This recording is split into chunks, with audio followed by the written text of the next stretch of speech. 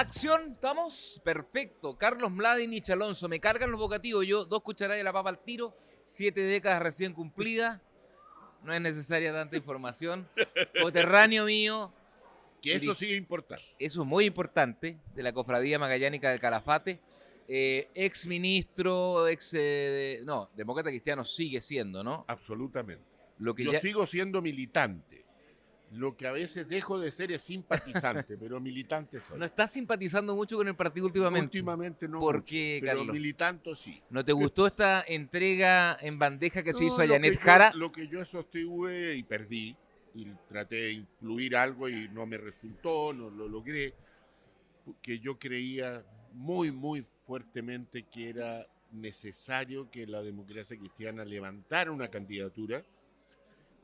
Muchos me decían que iba a ser testimonial y es muy probable que tenían todas las razones en eso, pero yo creo que el testimonio es algo más importante de lo que mucha gente cree. Creo que nosotros hemos perdido hace muchos años ese testimonio. Te voy a pillar. ¿Tú sabes cuál era el único militante demócrata cristiano inscrito este 2025? No tienes idea. No te imaginas quién era. No era croata, porque, ojo, la primera vez que hubo un magallánico croata en la papeleta, yo voté. Era una mujer en ese caso. Fue nuestra coterránea Carolina Goich. La segunda vez que hubo un croata magallánico en la papeleta, obligadamente. Carlos Mladin no va a ser el tercero. ¿No sabes quién era el único demócrata cristiano inscrito? Estuve con él hace poco, me llamó la atención Jaime Ale. Correcto. No, Jaime es un gran amigo. Jaime Ale Dip. Con Jaime Ales tengo una amistad de más de 50 años.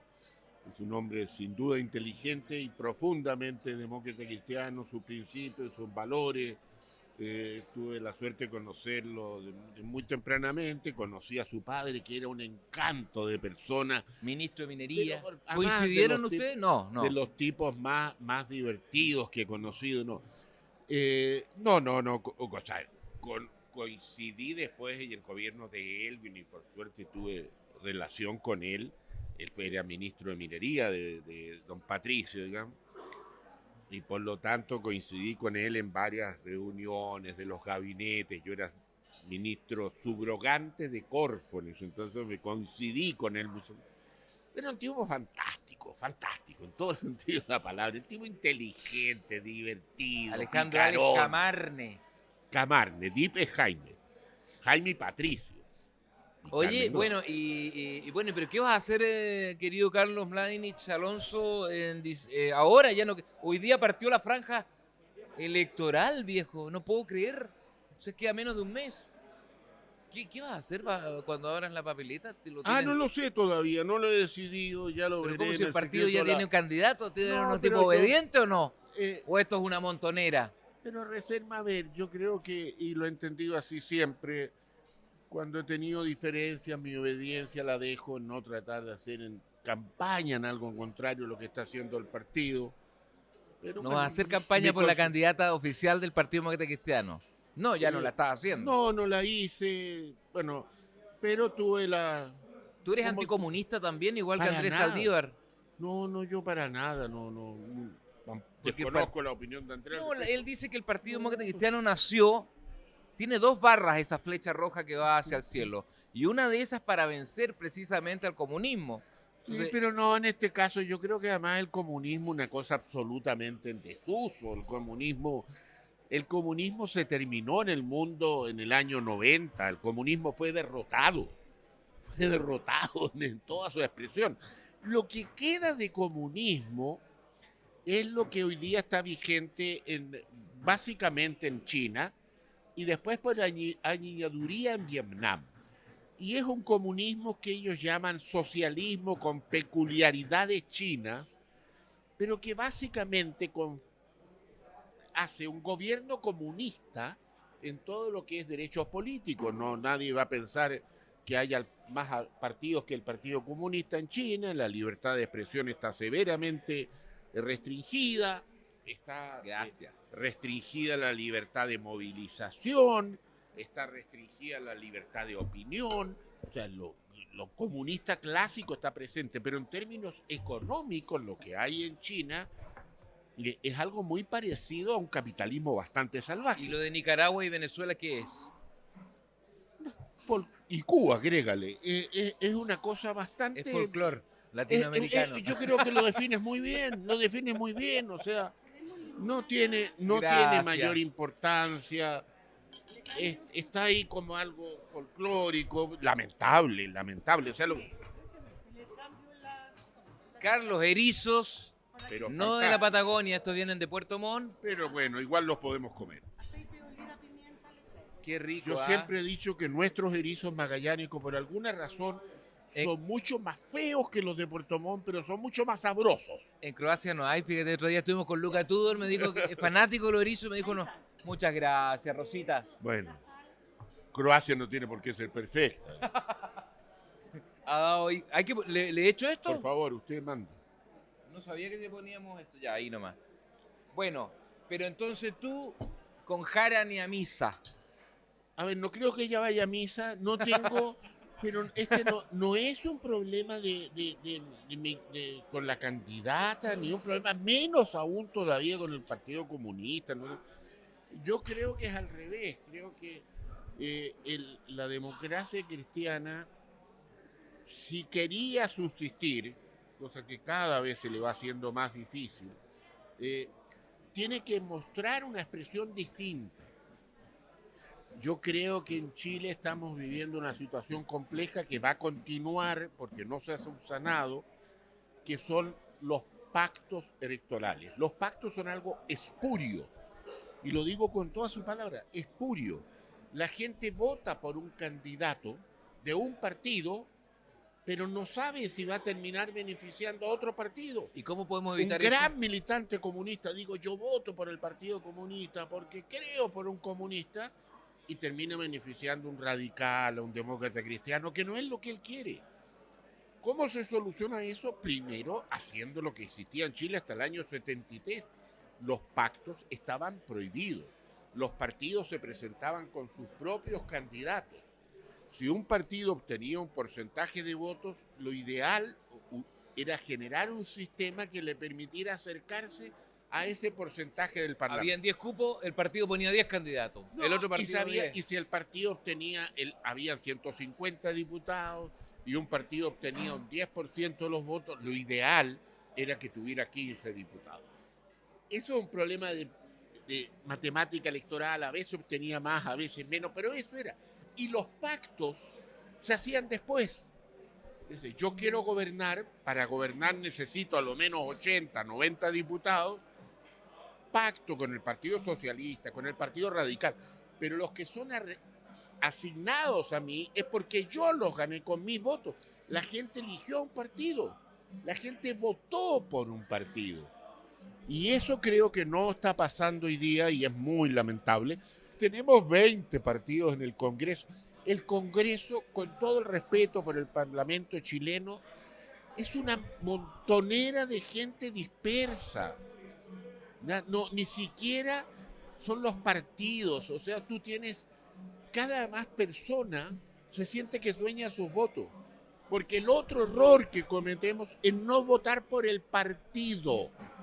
Tú debieras votar por el partido, y si un partido elige 10 candidatos, bueno, elige los 10 primeros de la lista denominada por el partido. Ahí sí es en todas las democracias modernas que funcionan. Tal vez con excepción de Estados Unidos. Pero Estados Unidos, nos guste o no, está deviniendo en algo que no es muy democrático. Prueba de los erizos, Carlos Melani. Yo le voy a contar a Kiabe, que es un pendex millennials que no tiene idea de nada, que cree que la historia partió ayer, que Carlos Mladenich fue un hombre muy valiente porque el episodio conocido como el Punta Arenazo fue la primera demostración contra Pinochet que existió en Chile. Estamos hablando de antes de las protestas masivas y todo. Pinochet llegó a Punta Arenas con la señora Lucía y en la Plaza Muñoz Gamero un grupo de disidentes opositores capitaneados por Mladenich se atrincheró en la catedral de Punta Arenas e hicieron la primera protesta contra la dictadura militar. Pinochet estaba enfurecido, mandó a acercar la iglesia. No sé cuántos estuvieron adentro de la iglesia usted. Bueno, mucha gente, estaba llena. Lo que pasa que apenas partió este evento, en lo personal y junto a otras 14, 15 personas, fuimos detenidos, así que nos perdimos todo el ¿A alguien tema le llegó un después. palo en la cabeza? ¿A ti o a José Ruiz Di Giorgio? A José le anduvo llegando un palo por ahí. A mí me llegaron varios palos, pero no en esa oportunidad. ¿Cómo recuerdas el Punta Arenazo? Un episodio increíble, dio la vuelta al mundo. Es un capítulo aparte en el libro de Ascanio Cavallo, que se llama La historia oculta del régimen militar, el Punta Arenazo, la primera manifestación contra el gobierno militar que tenía lugar, y nada más y nada menos que... Bueno, los magallánicos han sido bien rebeldes siempre, porque me acuerdo que así como le hicieron eso a Pinochet, pero también se lo hicieron al presidente Frei una vez, que lo persiguieron hasta la intendencia. Y al presidente Piñera, no al presidente Piñera en realidad, pero sí a un ministro, el presidente ¿Sí? Piñera.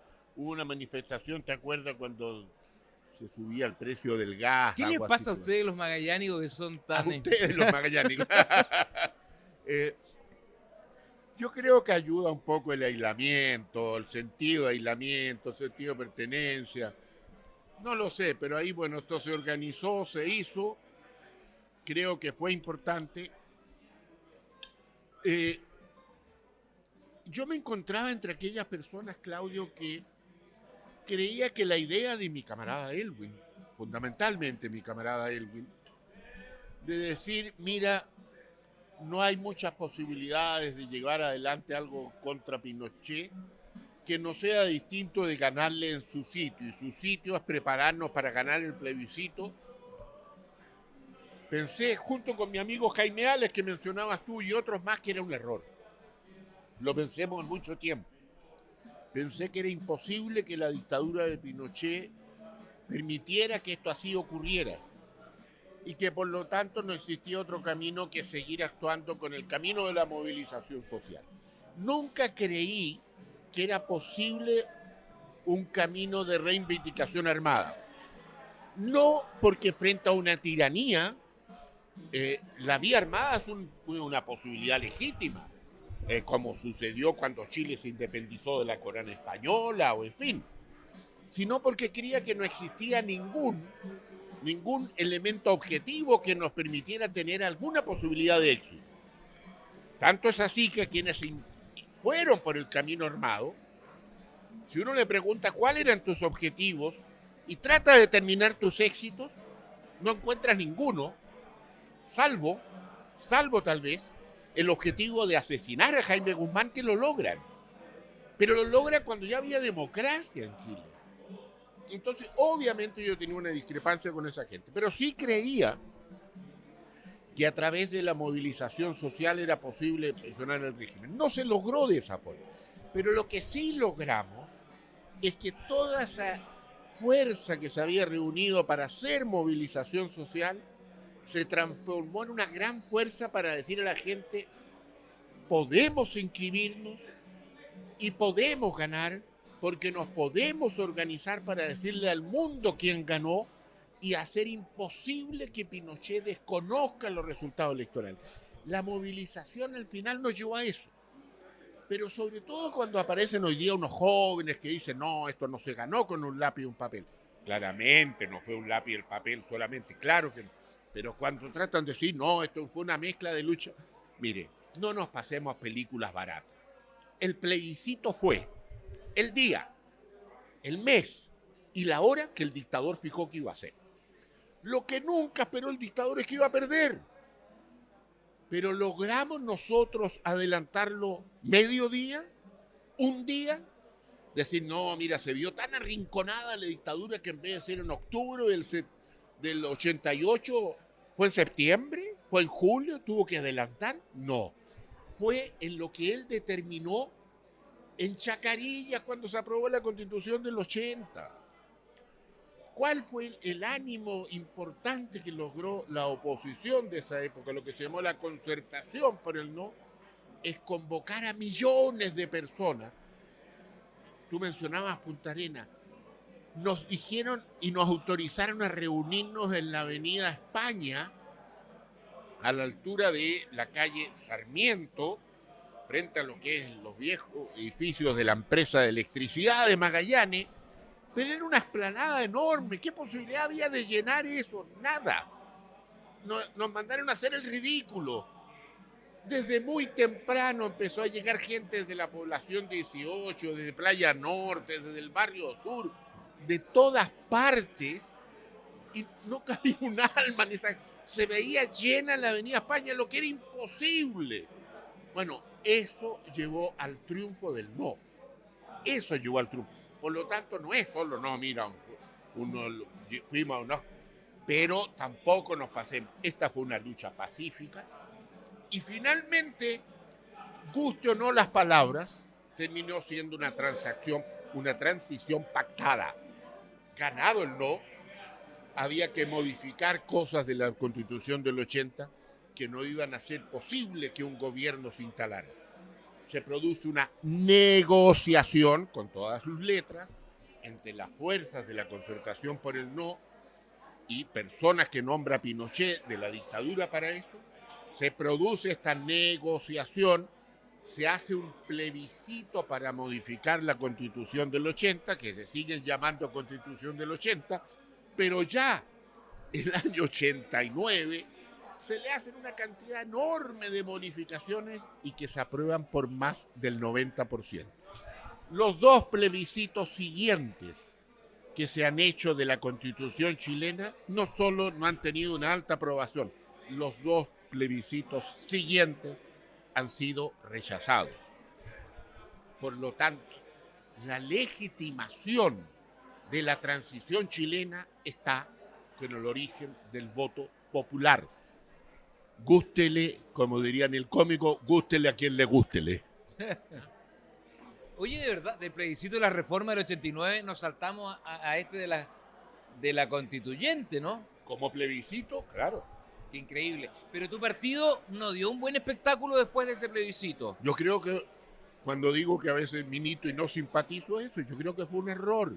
Un error. Ese proyecto constitucional 1 era claramente un error. Claro, no solucionaba los temas de fondo, no los solucionaba, mantenía el tema de los pactos electorales, no solucionaba el sistema político, se metía en una serie de elementos, generaba ¿El tema indígena qué te parecía ahí? También con muchos errores el tema. Yo creo que obviamente los pueblos originarios merecen reconocimiento y todo, pero somos una sola nación. Lo somos, te digo, tenemos que tener un solo sistema. Bueno, se cometieron errores graves en todo ese proceso. Se incorporaban, además, tú leías el texto y decías, por favor, hubo un profesor de castellano revisando el texto y habían palabras que no estaban en el idioma. El maritorio. ¿Qué era el maritorio? Cuéntale a la gente. No, y creo que trataban de decir que, mira, no solamente hay que preocuparse de la tierra, sino también del mar. También, pero hay que respetar el idioma en un texto constitucional.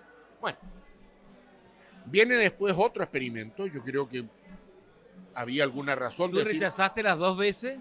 Yo voté las dos veces rechazo. Las dos veces rechazo. Y lo hago y lo volvería a hacer. El segundo proyecto, y uno ve ahí la incompetencia de José Antonio Kast, que hoy día tiene una posibilidad cierta de ser presidente de la República.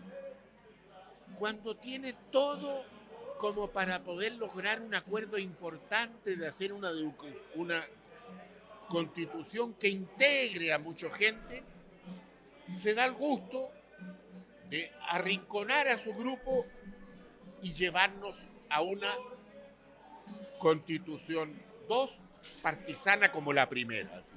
Nos pasamos entonces de una cargada hacia un lado, yo no, ahora te respondo con una cargada a mi lado.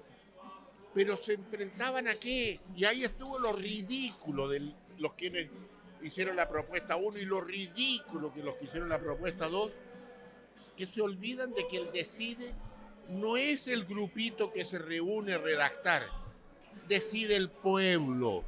Y ambos hicieron una constituciones a espaldas de los sentimientos del pueblo, y el pueblo se los hizo saber. Prácticamente en los dos casos, en unos casos fue 60 y tanto, en otro caso un poco menos de 60, pero a ambos el pueblo les dijo, no quiero esto.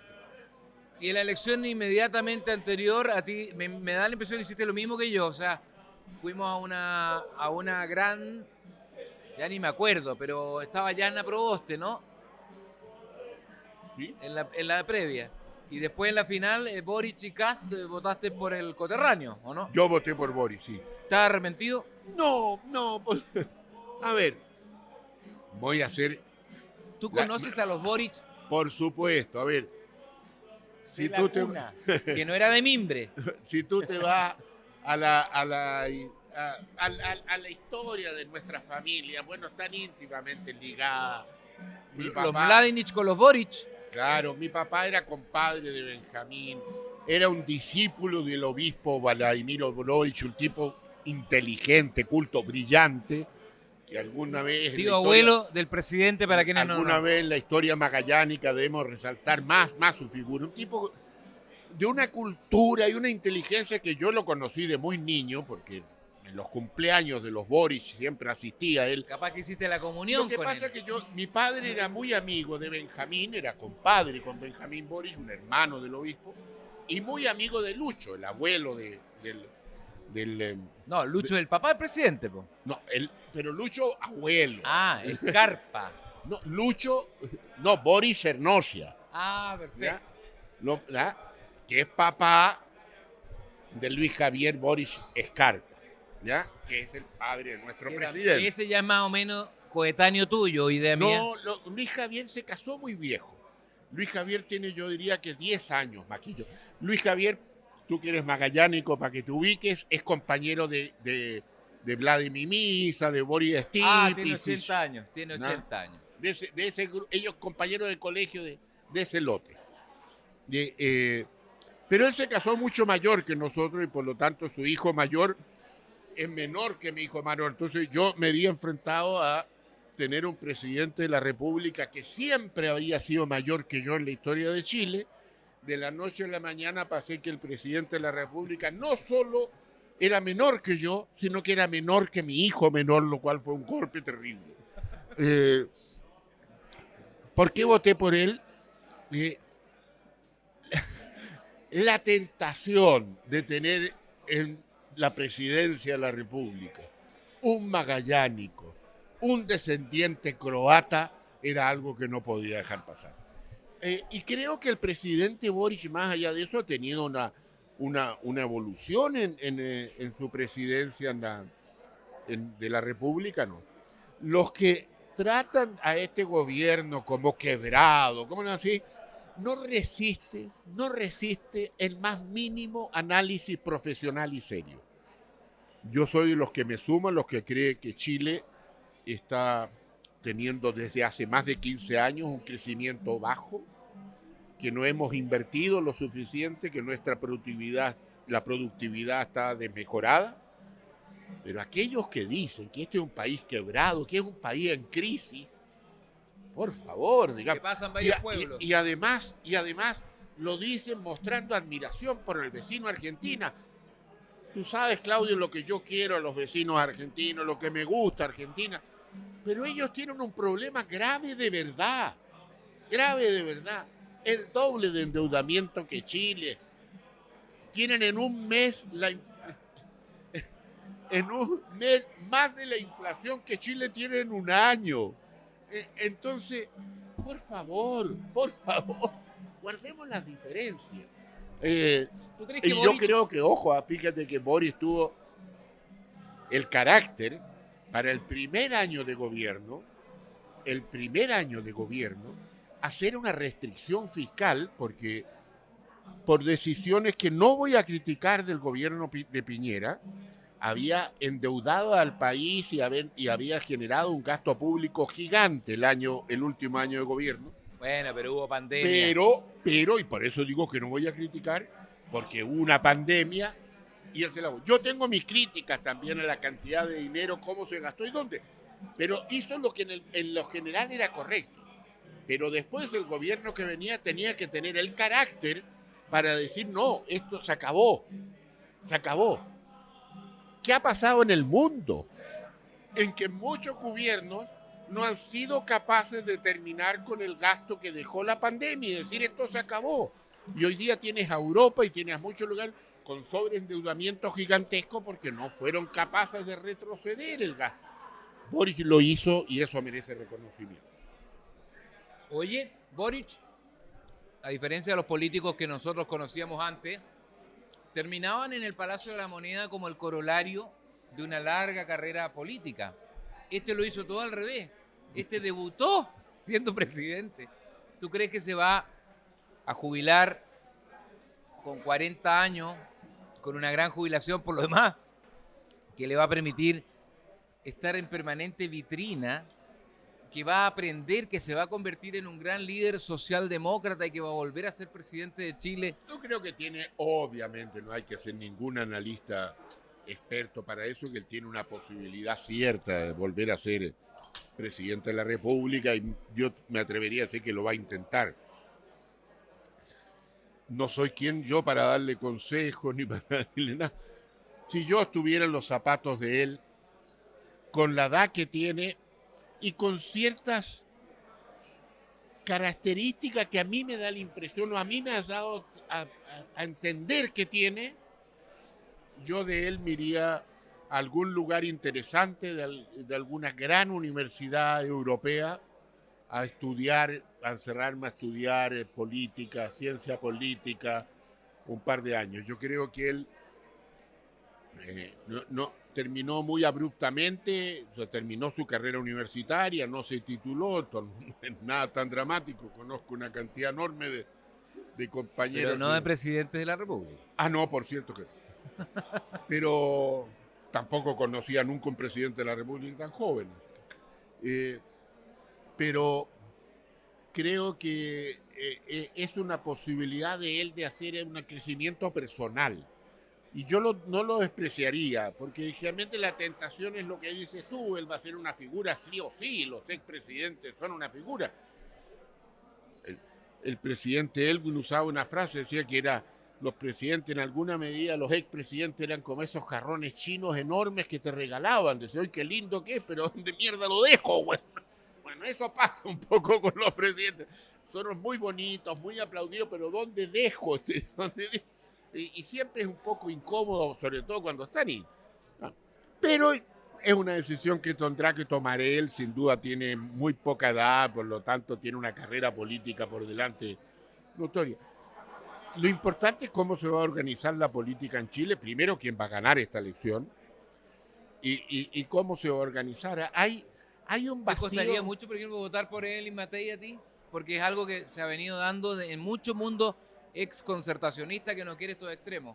A ver, yo sí, lo digo así en todo, pero no por lo personal, obviamente. Yo en la política nunca he actuado personal y quienes me conocen lo saben. A mí te digo, gente que tiene distintas ideas políticas mías, pero con la cual yo tengo una relación de amistad y de cariño profundo. Cuando a veces me han preguntado por el voto, me dicen, mira, tú sabes que yo voy a estar de acuerdo a mis convicciones políticas con todo lo que te quiero. Yo creo que de los candidatos vigentes, sin duda, ya tienen un montón de condiciones muy positivas y equipos que han mostrado ser de mucha solidez. Pero yo quiero seguir pensando que es posible en Chile construir una alternativa diferente. Pero ya no está acá. No está. ¿Cuántos son 9 candidatos, no? 8. 8, ya no está. Y entre los 8 hay que elegir, viejo. Hay que elegir. Y hay que elegir pensando lo que dices tú. ¿Tendrá equipo? Kaiser tiene equipo en el norte, en el sur. Carlos los tendrá la Matei. Yo creo que es un ejercicio práctico. Lo que pasa es que yo creo que se ha distorsionado esto y a mí me molesta mucho, pero yo creo que efectivamente la primera vuelta, y esa era mi gran discusión al interior de la democracia cristiana, la primera vuelta debería ser para que tú presentes tus opciones. Tú no puedes votar por lo que te parece un mal menor en primera vuelta, para eso está la segunda. Entonces, si yo voy a estar desde la primera vuelta votando por el mal menor, no quiero males menores, no me gustan los males menores. En segunda vuelta uno se ve obligado, porque es ok, entre estas dos alternativas que quedaron yo opto. Pero el error que se comete es que en primera vuelta te obliguen, no sé, esperaré en mediados de noviembre, 16, ¿no? El 16 lo miré, mira, aquí está mi Oye, autor. Carlos, entre todos tus cargos, bueno, Carlos fue ministro de Agricultura, estuvo en la Secretaría General de la Presidencia, De gobierno. estuvo General de de gobierno. gobierno. Fuiste la Camila Vallejo. Fuiste la Camila Vallejo de... No, creo que no tengo condiciones que la Camila Vallejo tiene, pero... No, pero en serio, fuiste vocero. Ah, yo pensé que había estado en la Sexpress. Fuiste vocero de Lagos, Así es. Ya. No, de Frey, de Frey. Después fuiste el presidente del directorio TVN, con Lagos. con Lago. Estuve, ¿cómo se llamaba el organismo este, el DIPSA? El organismo que estuviste presidiendo. De las empresas públicas, Sí. CEP, Eso. con Lagos también. ¿Cuál de todos esos cargos, embajador no fuiste, no? No, ¿Te gustó más? espero que lo corrijan. ¿A dónde te gustaría? En Croacia. Ah, sin duda, sin duda. ¿Cuál de todos los cargos te gustó más? No lo mencionaste, pero por buenas razones que puedo explicar. Todos los disfruté muchísimo, por distintas razones. Agricultura me permitió conocer el Chile de verdad. Uno en los cargos públicos y en cargos privados también, cuando te toca trabajar en regiones, con certeza conoces las capitales regionales. O sea, mira, estuve en Arica, estuve en Concepción, estuve en Puerto Montt, estuve en Punta Arenas. Pero cuando eres ministro de Agricultura, estás en Combarbalá, estás en Futalelfú, conoces Yumbel, y te vas a lugares que no conocías y te vas metiendo y conociendo un Chile tremendamente hermoso. Bueno, con Corfo desarrollamos lindos trabajos, rehicimos muchas cosas de una Corfo que era una especie de banco de fomento con una cartera horrible de morosa, con mucho aprovechamiento, y lo fuimos transformando en una institución con apoyo a la industria, en especial al conocimiento, a industrias modernas, en fin. Pero donde más me sentí haciendo lo que yo me preparé en la vida fue en la Dirección de Relaciones Económicas Internacionales de la Cancillería. Dentro de mis estudios económicos, lo que más a mí me gustó siempre fue el estudio del comercio internacional, que era una rama no muy famosa, no muy de mucho gusto, pero a mí siempre ¿Te me tocó atrajo. trabajar en algún tratado de libre comercio puntual? Absolutamente, a mí me tocó todos los tratados con América Latina. ¿Ese donde fue humillada Soledad Alvear también? ¿Cuál es ese? Cuando Lagos le dijo que no a la guerra a Bush y después se firmó ahí entre gallo y medianoche, ¿te acordás con Robert Selig? Ah, no, ese fue pero ese fue el TLC con Estados Unidos. Pues. Sí, pues. Bueno, me tocó trabajar en ese, pero ya no estaba en la dirección. Ahí estaba Osvaldo Rosales ya. Pero me tocó el tratado con Mercosur, con la Unión Europea, el inicial. Entonces, me tocó uno que fue muy importante y que me permitió conocer algo que no hubiera conocido nunca, que fue el acuerdo para que Chile ingresara a la PEC. Entonces conocí los países de Asia. Tailandia, Indonesia. Qué maravilla. Malasia. Tailandia, maravilloso. Es diferente, pero era un trabajo muy pesado, Claudio, porque para llegar a cada uno de esos países son 2 noches en avión. Entonces, y cuando uno está en esto constantemente se hace muy pesado. Pero juntaba eso con mi pasión por avanzar en un comercio libre y hecho en base a reglas. Y por eso que me molesta en demasía la actitud de Trump, porque el gobierno de Estados Unidos siempre nos apoyó, ¿ya?, en creer en un comercio libre basado en reglas. Y era un gran apoyador de esto. Y hoy día se burla de todas las reglas. Tiene un tratado firmado con Chile de buena fe.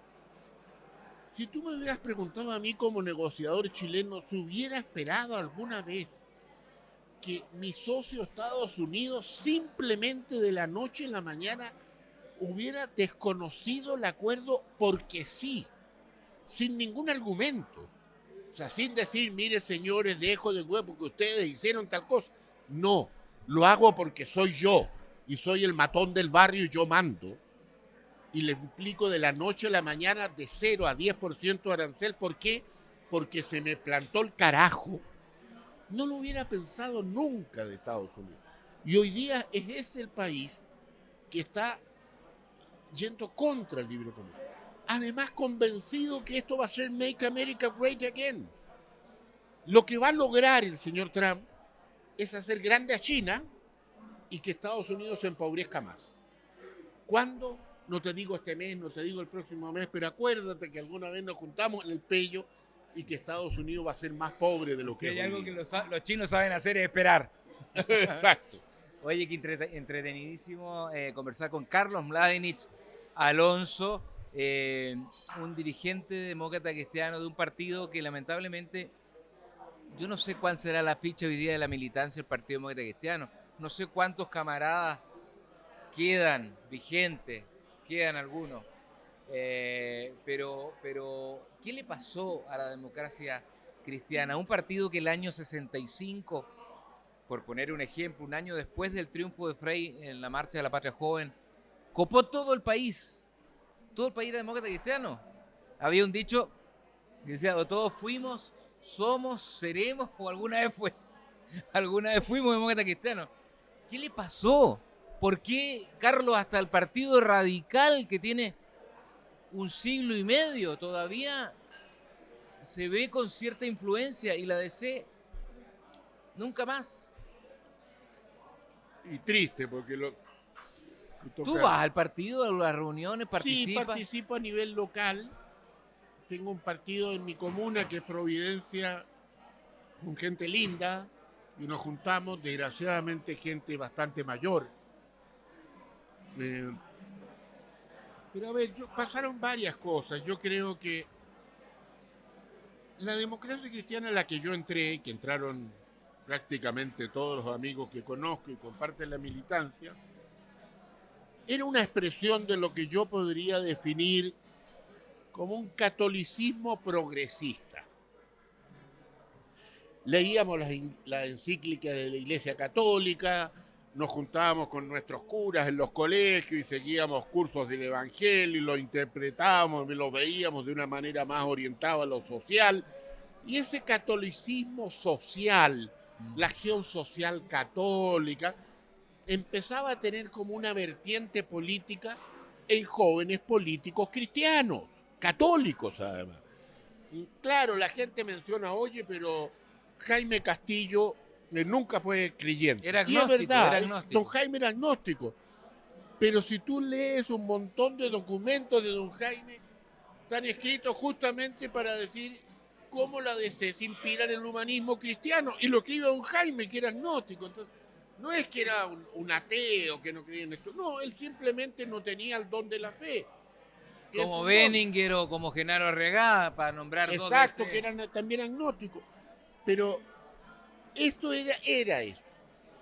Yo tengo la impresión de que un aspecto fundamental, importante, fue que la crisis que sufre la Iglesia Católica hace unos 20 años atrás, que se arrastró por mucho tiempo, pega a esto. O sea, esa desvinculación de la población con la Iglesia Católica, esa desvinculación con las juventudes católicas, que era un lugar donde uno captaba, si donde captábamos los militantes demócratas cristianos, uno iba a una parroquia universitaria y apostaba ahí a la mitad más uno para acá, digamos. O sea, eso se fue perdiendo. Lo otro, yo creo que esto ya es muy posterior, creo que las coaliciones tan exitosas que tuvimos de la concertación, en fin, fueron diluyendo los partidos, no solo la DC, pero la DC tal vez más que ninguna. En que empezó a haber un sentimiento que la concertación era una cosa. Pero bueno, ¿qué pasa con la identidad demócrata cristiana? Y esa identidad se fue perdiendo. No solo en la DC, yo creo que vamos a ver muy pronto un tema muy similar y muy fuerte en el Partido Socialista. Ellos han ido igual, se fueron quillando en esta ola y están ahí, pero si tú miras la votación del Partido Socialista de hace 15 años y le da ahora, vieron un declive muy fuerte. Oye, el año 89, nada que me voy a hacer historia. ¿Tú eras valdecista, freísta o elwinista? No, yo apoyé y con muchas ganas a don Gabriel Valdés. Era valdecista en Magallanes. Absolutamente. Pero también, Oye, ahí hay uno que se farrearon en la pero historia. mira, te quiero decir en eso para que la gente entienda lo que era la política, lo que era específicamente la democracia cristiana y todo. Yo siempre fui, no solo fui valdesista, sino que era abiertamente valdesista. O sea, era como el guaripola del valdesismo. El único que no fue presidente, mira, porque Frei y Elwin llegaron. Bueno, por lo demás, eso lo sabían Tenía mal ojo. Eduardo Frei y Patricio Elwin, porque cuando se enfrentamos para las elecciones del año 89, eran esas las otras dos opciones. Quien encabezaba la opción Valdés en Magallanes era yo, y me la encabezaba ¿contra quién? Contra Elwin y contra Frei. Sin embargo... No te guardaron rencor. Es lo que te quiero decir. Te digo, mira, yo no me incorporé al gobierno de Elwin de manera inmediata, pero por una decisión personal. Estaba trabajando, yo era gerente de un proyecto que era una clínica privada en Magallanes, que estaba en un proceso de reestructuración. La clínica Magallanes. Lo que pasó a ser la clínica Magallanes, entonces era la clínica Imega, la estabas transformando en la clínica Magallanes, tenía ahí un compromiso personal, lo terminé. Pero después fue el propio presidente Elwin, a través de Edgardo Benninger, que me llama para ofrecerme la gerencia general de la Corfo. Me acuerdo que le pregunté a Edgardo, yo tenía una gran amistad con Benninger, lo quería mucho. Le digo, pero tú lo conversaste esto con el presidente, Carlos, no te lo podría estar ofreciendo si no lo hubiese hablado con el presidente. Y al poco andar, cuando llega el gobierno de Frei me llama para ser su subsecretario de Economía de forma bastante rápida, digamos, lo cual demuestra que eso éramos. O sea, él sabía que yo había apoyado, pero lo sabía muy bien. Pero eso era ¿Cuál fue tu mayor condoro en tu vida pública? Uy, nomás. No, pero ¿tienes alguno que te hayan llamado? Oiga, Carlos, se sobregiró acá. No debe haber sido tan grave si me cuesta recordarlo, digamos. No tienes ni un tirón No, de... así de político. ¿Quién era de temer? Yo creo que Lago. Lago te daba miedo. A nosotros los periodistas... Con Lago tuve lindas discusiones. A mí me pasó una cosa muy... Era tremendo cuando muy, Lagos te retaba, pero me pasó una cosa muy fantástica con Lago. A mí Lago me invitó a ser presidente del CEP primero, que fue donde yo había salido del gobierno. Pero yo antes, en el gobierno de Frei, había sido ministro de Agricultura mientras Lago era ministro de Obras Públicas. Y nos tocó muchísimo trabajo en común, embalses, visitas. Él tenía un avión de Obras Públicas, que era una aventura subirse a ese avión, pero lo hacíamos, digamos. Entonces, yo tenía una relación de colega con Lago. Obviamente, el momento que lo nombran presidente de la República por el tema republicano que tenemos todos, él pasó a ser el presidente Lago y ya. Pero sí tenía Nunca más Ricardo. Pero sí tenía una relación de confianza ambos. Y tuvimos algunas discusiones bravas respecto a temas, digamos. Me acuerdo... ¿Cuando los dos eran ministros? No, cuando él era presidente y yo del... Me acuerdo que uno que él estaba muy, muy molesto era cuando tuvimos que hacer una inversión en un gran terreno que tenía el puerto de Antofagasta. Un gran terreno. Y teníamos que licitarlo para hacer ahí una obra que significa empezar algo en la ciudad. Yo hice todos los esfuerzos aprovechando mis conocimientos en licitaciones para invitar a gente privada de distintos lugares. Finalmente, quien más mostró interés era uno de los grupos vinculados a un mall. Yo hice todo un ejercicio y estaba así en las bases para que esto no se transformara en un tremendo edificio al lado del puerto y de un mall. Entonces, dentro de la restricción estaba que hubiera un espacio al aire libre, que hubiera pistas para bicicleta. Todo eso se puso y ganaron. Me acuerdo que me llama el presidente, pero indignado, pero Carlos, ¿cómo vamos a tener un mall más? Entonces, él quería, le hubiera encantado tener una marina. Ya estas cosas con acuario. Eso. Pero presidente, nadie postuló por eso. Discutimos esto. Mira, pasaron un par de años, se terminó este proyecto y dije, ya, vamos a verlo. Y aceptó que lo que quedó ahí, no sé si has tenido la oportunidad de conocerlo, es algo que se incorporó a la ciudad de Antofagasta, es un paseo, Es una costanera con una vista al mar Estuvimos en muy Antofagasta. linda y además tiene un mall. Si no es por el mall, eso no se hubiera hecho. Eso fue parte del costo de hacer el mall.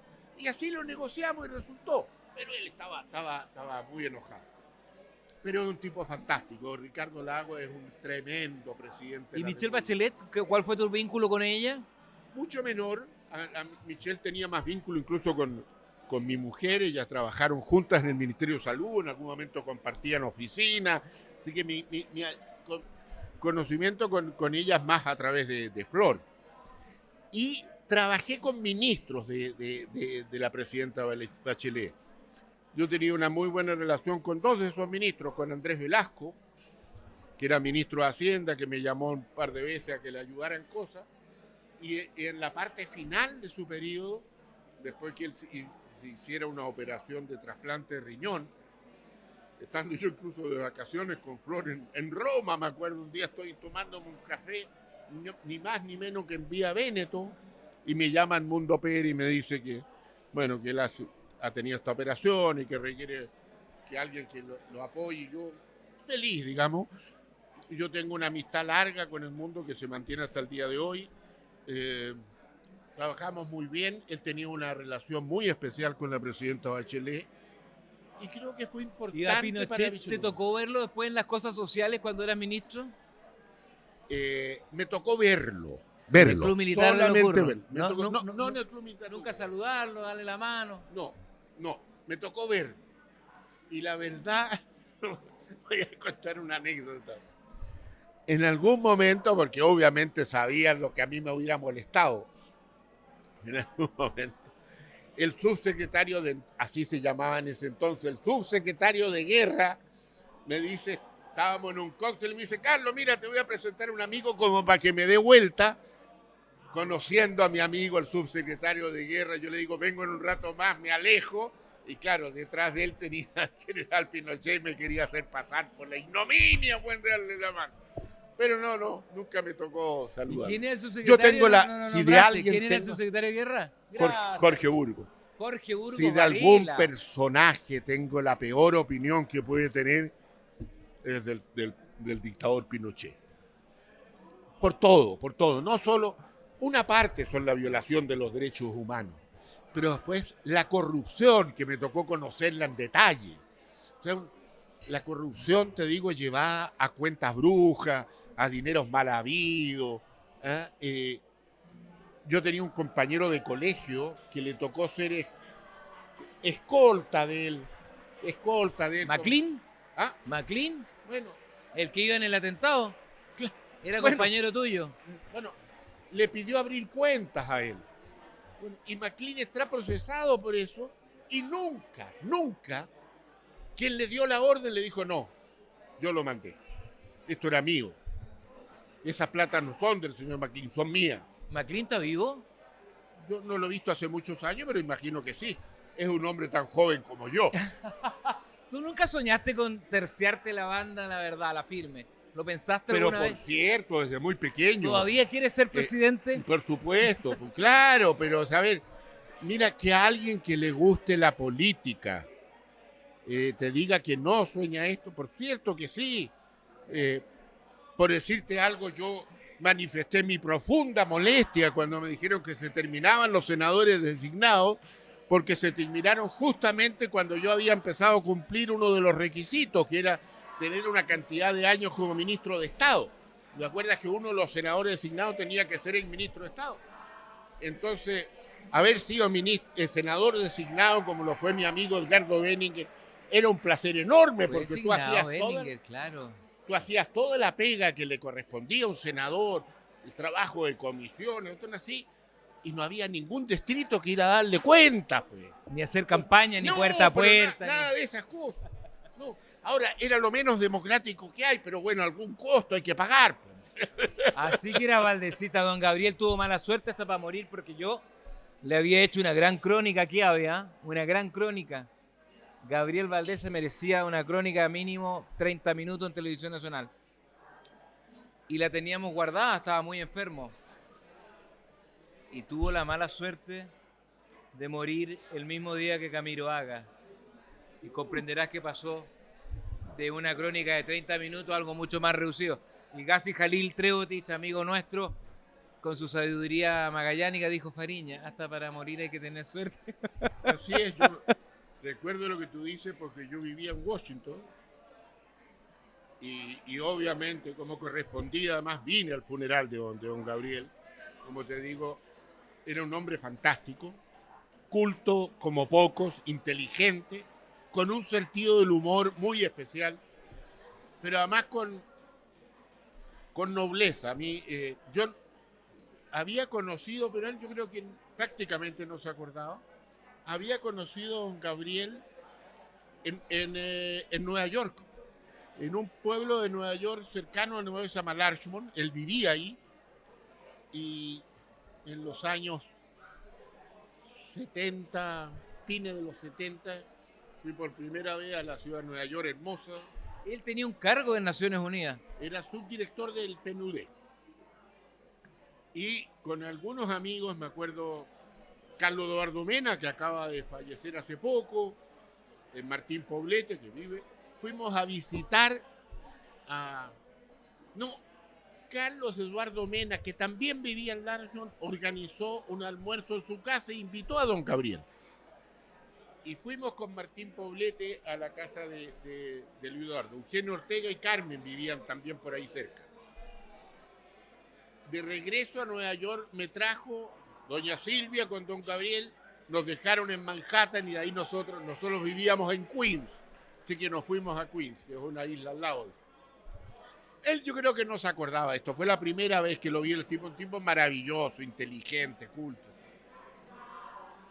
La segunda vez que lo vi fue poco después del Puntarenazo, porque él llegó a visitarnos en la cárcel a Punta Arenas. Era un gesto muy macanudo. Yo soy amigo de toda la vida de Mariano Fernández. Mariano seguramente le organizó esto, nos fue a ver, y después se portó un 7. Se portó un 7 en el set. Mi amistad con Benninger, que lo conocía como rector de antes del golpe, pero poco, yo era muy joven, es porque después de todo el puntarenazo y todo esto, yo obviamente me quedo absolutamente en la calle económicamente. Tenía algunas ideas de hacer algunas investigaciones en desarrollo regional y don Gabriel me hizo un contacto con Benninger, que dirigía el Centro de Estudio del Desarrollo, para hacer una investigación que permitió vivir los años inmediatamente después del puntarenazo, hasta que, bueno, mi familia tenía... ¿Pero qué te pasó en Puntarenazo? ¿Te echaron de alguna parte? No, pero los recursos que yo tenía, que eran, trabajaba en una inmobiliaria, obviamente eso terminó, vendía unas casas, obviamente nadie me compró nunca más nada, ¿me entiendes? Ese tipo de cosas. Y reinstalarse costaba mucho, nadie quería... La dictadura era muy agobiante para todo el mundo, o sea, nadie quería...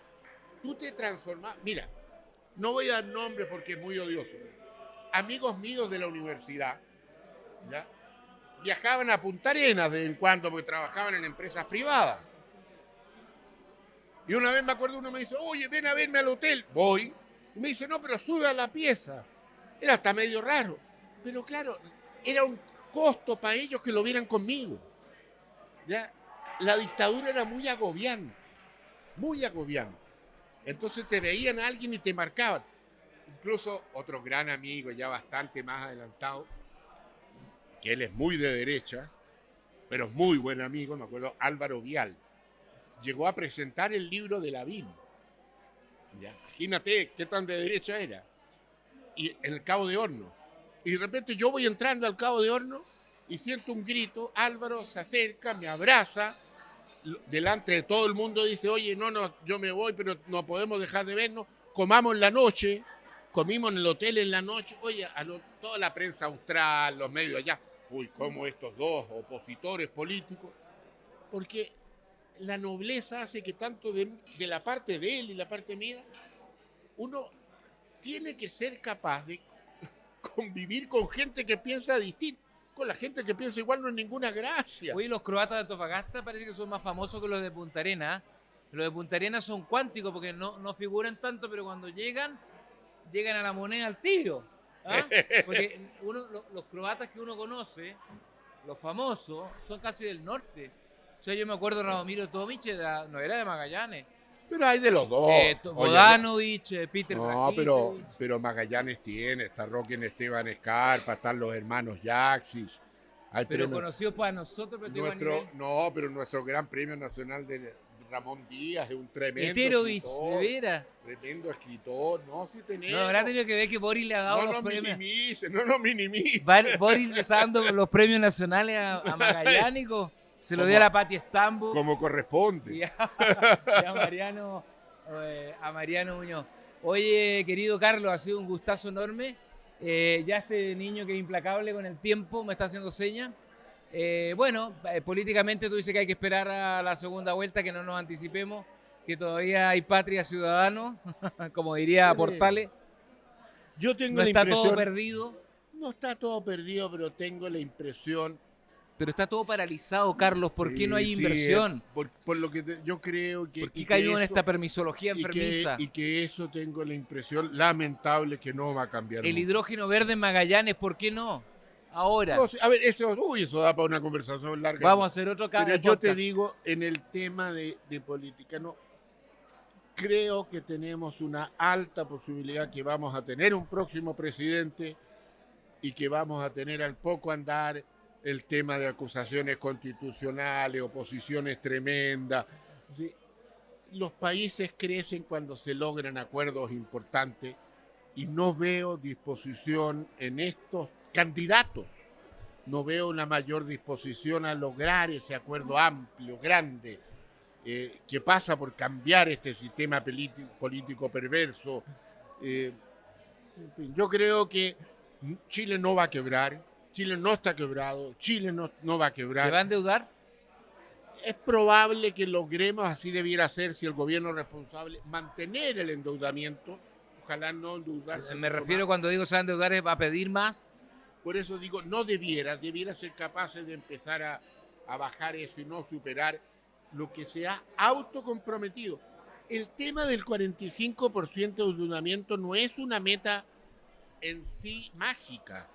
Pero sí tiene una cosa, es el autocompromiso. Y si tú no respetas los autocompromisos, empiezas a perder mucho. Tienes que respetar tus propios compromisos.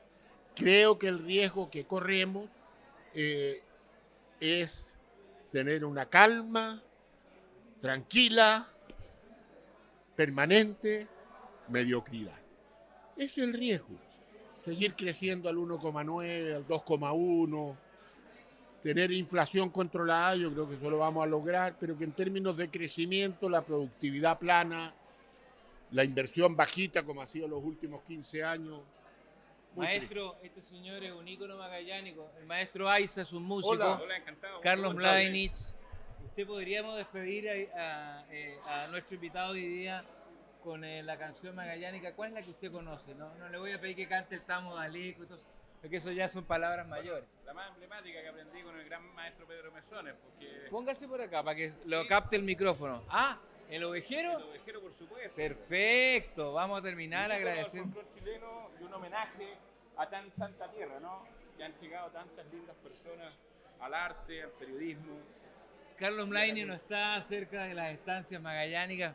¿O si tienes algún...? No, los Mladenich tienen campo, pero no sé si eran tus parientes. Sí. ¿Son tus parientes? ¿Tú has esquilado alguna oveja alguna vez? ¿No has arreado un piño tampoco? Alguna vez. ¿Qué significa ser magallánico? ¿Por qué nos tienen mal al resto de los chilenos? No. ¿Por qué se creen la raja, güey? Se creen una patria independiente, una república chica, una tierra santa. ¿Qué se han imaginado? Subsidiados en el gas por el resto de Chile. ¿Qué le dirías tú a toda esa gente? No, yo creo que hay un sentido de pertenencia muy fuerte. Que más que en otros lugares de Chile, un sentido de pertenencia a la tierra. Y eso es muy, muy importante. ¿Tú vuelves siempre? Sí, de hecho, espero pasar mi cumpleaños unos días más allá. ¿Es verdad que cuando te bajas del avión, igual que Juan Pablo II? No tanto, pero voy todo lo seguido que puedo ir. Me gustaría ir más, a veces hay algún inconveniente, pero estoy yendo más. arreglé la casa de mis padres de toda la vida, así que tengo donde llegar ¿Qué es feliz. lo que más echas de menos? ¿El cordero al palo, las amistades, el No, traje? conversar con los amigos. Conversar con los amigos. ¿Se quedaron muchos allá de tus amigos? Bastante, sí, no hay una buena cantidad de gente. Sí, Es sí. curioso, yo en la generación mía, yo creo que fui el único que salió de Puerto Natales, creo. O sea, me echaron, no. ¿Cómo parte esa canción para despedir a Carlito? A ver, le voy a poner mi... Antonio Silvia dice,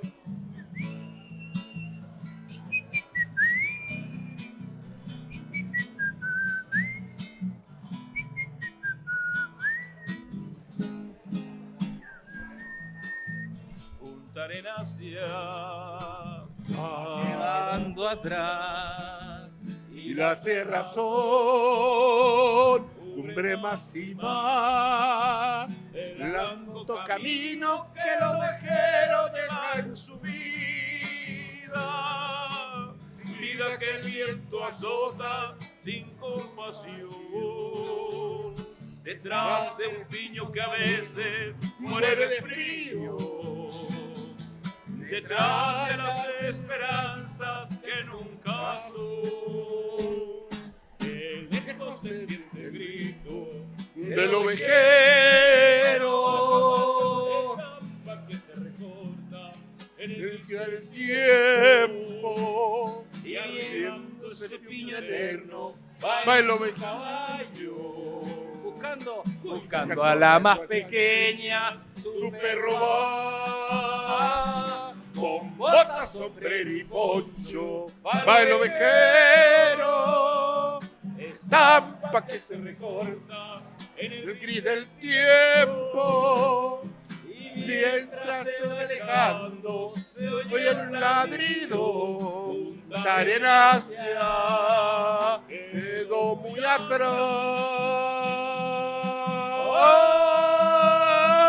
atrás.